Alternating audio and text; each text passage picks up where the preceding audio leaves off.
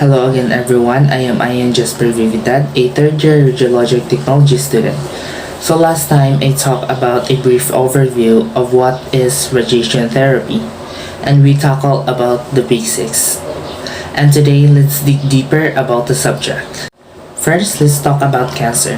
It is a malignant tumor that grows through invasion or systematically by metastasis. It is a disease process that involves an unregulated, uncontrolled replication of cells. Cancer treatment has six different types. First is surgery, chemotherapy, biologic therapy, hormone therapy, hyperthermia, and lastly is radiation therapy. One cancer treatment is radiation therapy or radiation oncology. It's the medical use of ionizing radiation as part of cancer treatment. It is a treatment of malignant cancer and may be used as the primary therapy or commonly combined with surgery, chemotherapy, hormone therapy, and others.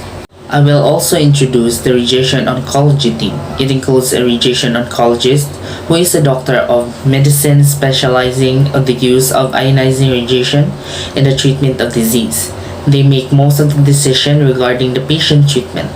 Next is a medical physicist who is responsible for the calibration and maintenance of radiation producing equipment.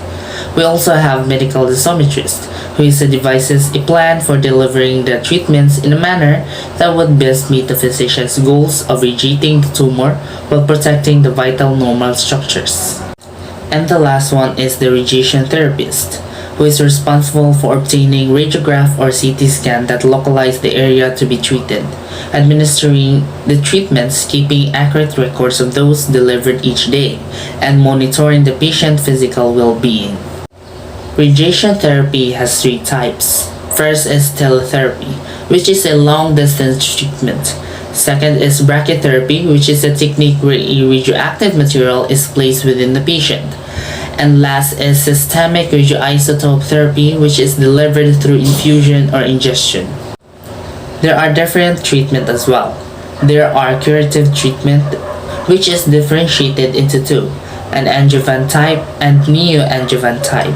Adjuvant is given to destroy leftover microscopic cells that may be present after the known tumor is removed by surgery, while neoadjuvant type is given prior to the surgical procedure and may be given to attempt to shrink the cancer. The next type is a prophylactic treatment, which is a preventive type of treatment to shrink any cancerous tumors and stop the cancer from growing and spreading. And last one is palliative treatment, which is used to relieve symptoms caused by cancer. Radiation oncology requires a treatment plan to determine the volume of tissue that needs to be encompassed within the radiation field. Now let's discuss about epidemiology. Epidemiology can assist in the prevention of cancer. It can also show differences in the incidence of cancer in different populations and correlate them with differences in the prevalence of a potential causal factor. It can test a hypothesis about the relationship between the occurrence of the disease to an aspect of the affected individual's constitution or exposure to some environmental factor. It tests the validity of the causal relationship by seeing whether the disease can be prevented or its incidence reduced by changing the prevalence of the suspected agent. This is very important. Early detection and cancer screening gives the best chance of cure, and a relative concept can be applied clinically. Presymptomatic diagnosis involves a positive search for people who would not otherwise have consulted their doctors or feel the need to submit to any examination or test. The first process is screening. It's a process by which a systematic search is made for particular tumors among individuals who have not sought medical attention because of symptoms. It involves submitting a large population to the same screening test. The following are the criteria for screening. Treatment must have a good prospect of reducing the mortality of the disease detected at an early stage. The disease must be sufficiently common for a reasonable number of cases to be detected.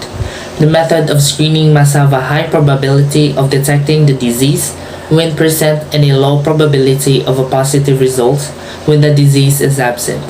The screening method must be acceptable to patient, affordable, and practical to apply and interpret in trained hands.